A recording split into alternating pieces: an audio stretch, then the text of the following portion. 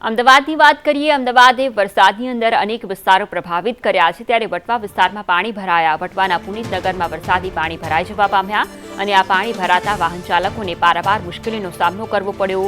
રિક્ષા બંધ પડી, રસ્તાની વચ્ચે તેને ઢસડીને લઈ જવામાં આવી। બીજી તરફ કાર કે જે અડધી ડૂબેલી જોવા મળી રહી છે। આ અમદાવાદના જ દ્રશ્યો છે કે જ્યાં વરસાદી પાણી ફરી વળ્યા।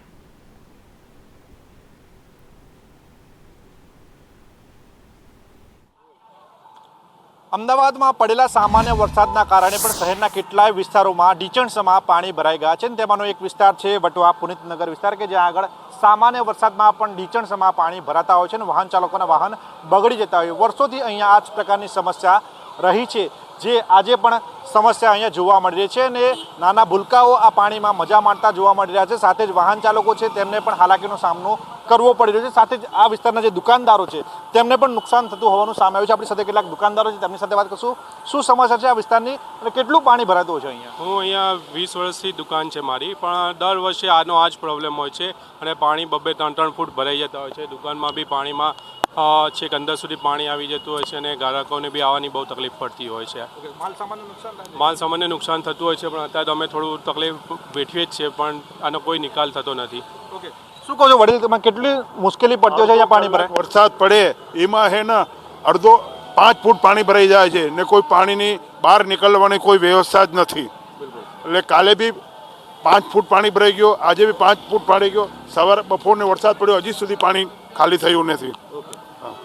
સ્થાનિક છે આપણી સાથે, તેમની સાથે વાત કરશું। શું કહો, શું કારણ છે અહીંયા પાણી ભરાઈ જવાનું? કારણ કે વર્ષો જૂની સમસ્યા છે। શું અહીંયા કોઈ કામગીરી થાય છે કે નહીં?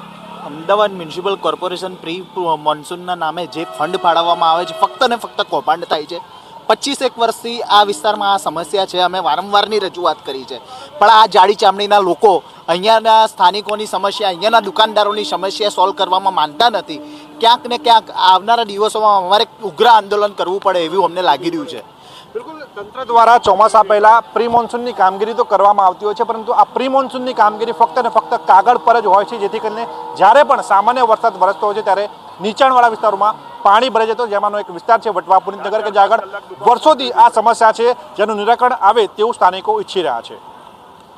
કેમેરા પર્સન ઉપેન્દ્ર ત્રિવેદી સાથે પ્રતીક જાદવ, સંદેશ ન્યૂઝ, અમદાવાદ। વટવા વિસ્તારના દ્રશ્યો છે જ્યાં દર વર્ષની સમસ્યા છે કે દર વર્ષે ઘૂંટણસમાં પાણી ભરાય છે। ન માત્ર રાહદારી, ન વાહન ચાલકો, પરંતુ ત્યાંના દુકાનદારો પણ પરેશાન થઈ ઉઠ્યા છે।